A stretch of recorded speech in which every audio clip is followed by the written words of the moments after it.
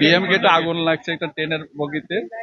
তো আমরা আগুনের সংবাদ পাওয়ার সঙ্গে সঙ্গে আমরা দ্রুত সহিত এখানে আসা দেখে দুইটা বগি আগুনে জ্বলছে।